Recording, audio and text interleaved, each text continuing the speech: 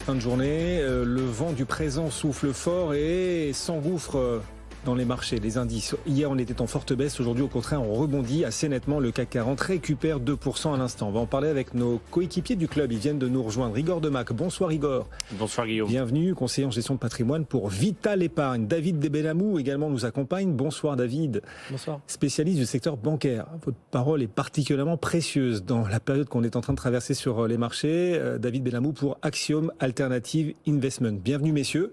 Les marchés qui rebondissent d'abord, on peut peut-être démarrer là-dessus. Igor, hier, c'était une forte bourrasque, quoi. Un gros coup de tabac, pas une énorme tempête, faut remettre les choses à leur place, mais un gros coup de tabac, moins 3% quasiment sur le CAC, on récupère ce soir 2%. Est-ce qu'on se dit que ça y est, la tempête est passée ou qu'on est dans le calme parce que c'est l'œil du cyclone? Comment est-ce que vous voyez les choses?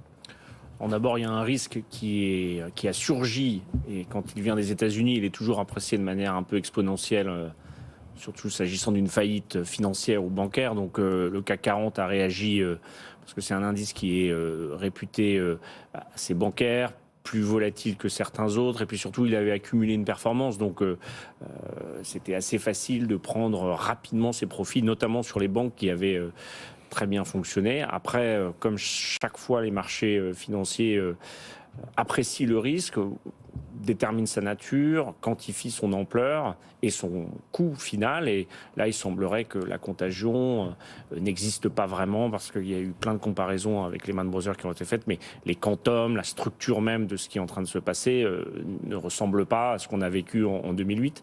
Donc les marchés remontent. C'est plutôt un bon signal. Après, ça n'empêche pas qu'il y a un contexte naturel de hausse des taux qui met une pression sur les portefeuilles obligataires des banques.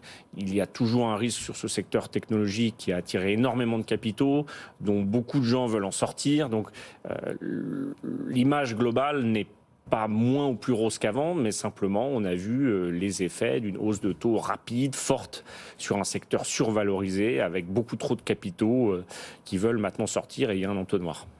Et ce qui est frappant dans la séance du jour, c'est qu'on retrouve un peu d'air. Après la forte baisse d'hier, on se dit en effet que le risque de contagion est sans doute malgré tout assez limité. Les valeurs bancaires progressent bien et portent cette hausse. Mais ce qui est frappant, c'est que parallèlement, les taux obligataires aussi remontent.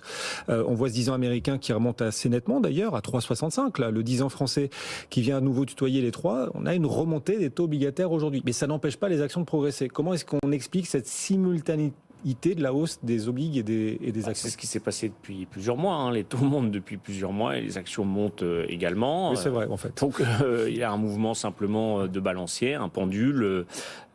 On a cru à un moment que l'intervention des autorités monétaires américaines ressemblait à quelque chose qu'on avait déjà connu dans la zone euro en 2008. Donc, en général, ça fait baisser les taux longs. Et puis là, on se réajuste à la situation d'avant, pour peu que le sujet, évidemment, de la Silicon Valley Bank et puis peut-être de First Republic soient des sujets contenus, régionaux, et qui ne touchent ni au système financier américain, ni au système financier international. Bon, et du côté de l'inflation, on a eu des chiffres d'inflation aussi aujourd'hui aux États-Unis qui peuvent participer à expliquer la hausse des taux. Bon, on avait une très nette détente des taux ces derniers jours, c'est peut-être normal de les voir repartir un peu à la hausse. Et puis l'inflation qui, même si elle ralentit, même si elle est juste conforme aux attentes, il n'y a pas de mauvaise surprise. Les prix à la consommation sur un an, comme attendu, Igor, progresse de 6%.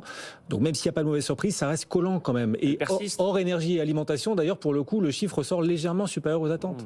Elle persiste, et puis sur la composante alimentaire, la difficulté, c'est que en fait l'inflation est beaucoup plus sensible à la hausse qu'à la baisse. Elle baisse beaucoup plus lentement qu'elle ne surgit, et donc c'est ce qu'on voit, c'est ce qui a pris un peu de court tous les banquiers centraux qui disaient c'est temporaire, ça va vite revenir dans l'ordre. En fait, si on regarde justement les prix alimentaires, ils étaient en croissance normale de 2% par an sur les 20 dernières années. Et puis en février, ils ont pris 15%. Les prix de gros ont pris 70%, les prix de gros agricoles, depuis le Covid.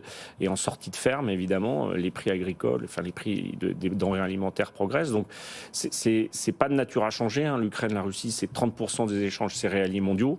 Donc vous voyez bien qu'on a un contexte qui n'appelle pas à l'accalmie, même si sur l'énergie, c'est plus favorable qu'il y a quelques mois, mais ça persiste.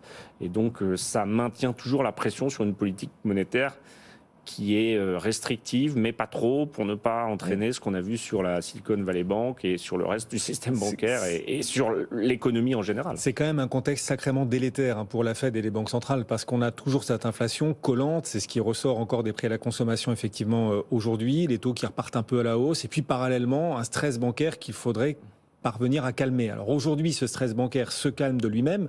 David, se calme de lui-même. Il y a eu aussi une intervention des autorités américaines quand même pour aider à ce que les choses se calment. Il fallait absolument mettre en place un dispositif de sauvegarde. Un des rares secteurs où l'Europe est peut-être en avance sur la régulation bancaire, parce que nous, même si les faillites bancaires aux États-Unis, c'est quelque chose qui est assez récurrent et qui est historique, mais parce qu'ils en ont beaucoup et parce que c'est un État qui est fédéral, avec des États fédérés, des législations locales. Mais nous, on a connu ça avec les petites banques italiennes, avec les caisses d'épargne Sparkassen en Allemagne, et on s'est bien rendu compte que dans le schéma actuel et la globalisation, un petit bilan non surveillé, non régulé, qui intervient sur des outils financiers qui ont des volatilités avec un mark-to-market, c'est-à-dire des pertes ou moins-values latentes à enregistrer, c'était très dangereux. Donc nous, le système s'est concentré. En France, on avait déjà des grosses banques plus ou moins parapubliques à une époque.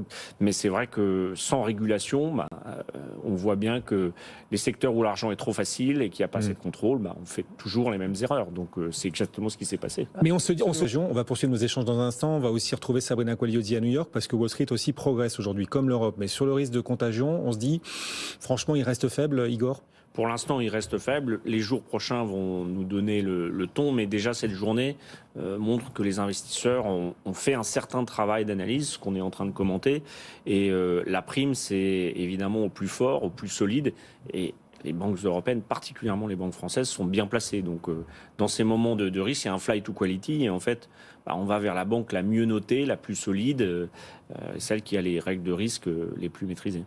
Et les grandes banques américaines comme européennes pourraient, pour le coup, éventuellement en profiter. On va quand même poursuivre nos échanges dans un instant sur cette question bancaire. Igor, les taux obligataires remontent un peu aujourd'hui, mais enfin on sent une forme de soulagement, parce qu'avec ce stress bancaire énorme des derniers jours, les investisseurs se disent que la Fed va pas beaucoup relever ses taux. Certains même pensent qu'il n'y aura pas de hausse de taux, c'est le cas de Goldman Sachs.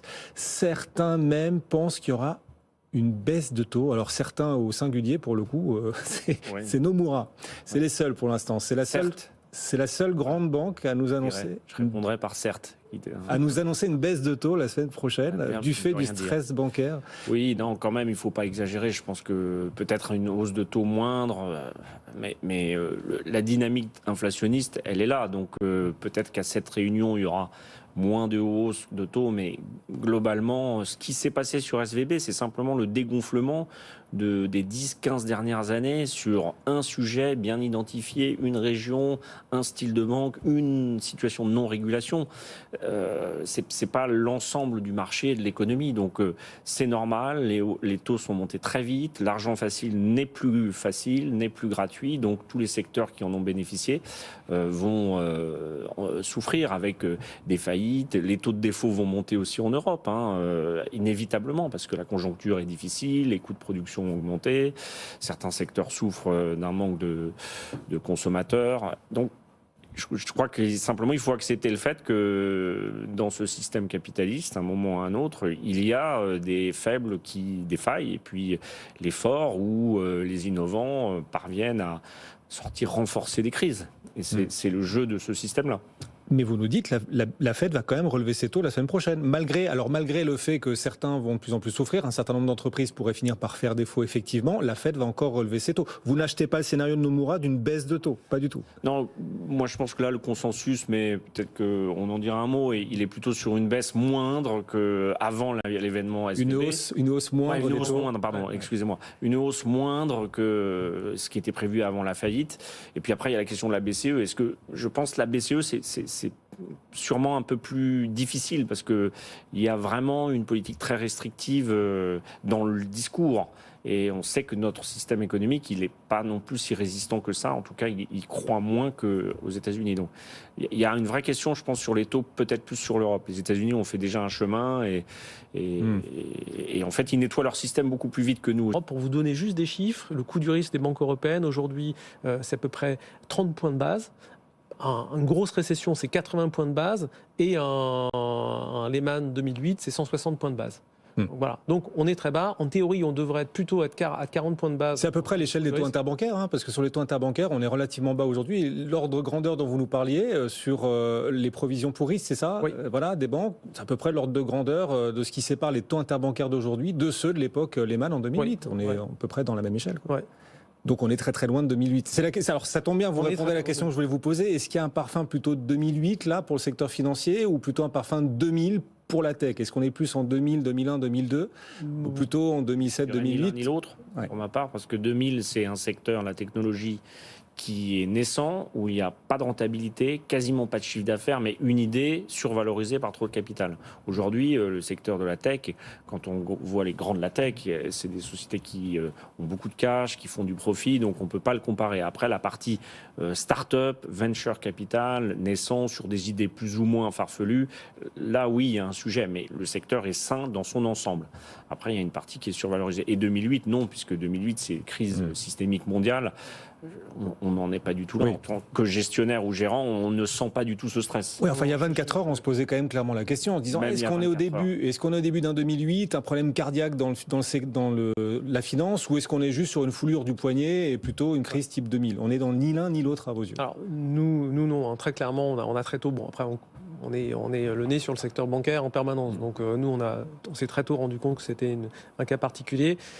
Et surtout, c'est un sujet, la différence de réglementation entre banque américaine et banque européenne, c'est un sujet, je veux dire, dont on discute depuis très très longtemps. Ça, c'est vrai, permis aussi aux banques régionales de beaucoup mieux performer. Juste un petit chiffre, les banques régionales étaient valorisées 20 fois les résultats.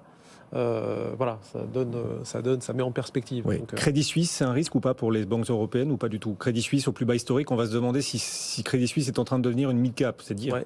Ouais. Alors, c'est pas un risque pour les banques européennes. C'est une banque qui reste aujourd'hui extrêmement capitalisée. Hein. Si vous additionnez toutes les strates de capital de Crédit Suisse, c'est un peu plus de 100 milliards. Hein, donc c'est beaucoup. Donc, pour les porteurs de dette, c'est plutôt une bonne affaire parce qu'il y a beaucoup de panique, beaucoup de stress. Donc c'est vraiment un sujet d'investissement en fait intéressant, Crédit Suisse. En revanche, pour les actionnaires, il faut oublier. Là, même si c'est pas cher optiquement, c'est une banque qui va mettre quelques années avant de reconstruire. Et ils en sont là où ils sont parce qu'ils sont suisses et qu'il y a eu une autre régulation, ou ça n'a rien à voir? Non, ils en sont là où ils sont parce que c'était les bons élèves de 2008. C'est la seule banque suisse qui est sortie, enfin c'est la banque suisse qui est sortie sans injection de capital par l'État. Et donc, ils ne se sont pas réformés. Ils n'ont pas changé de culture de risque. Ils ont gardé la culture de risque pré-2008. D'accord.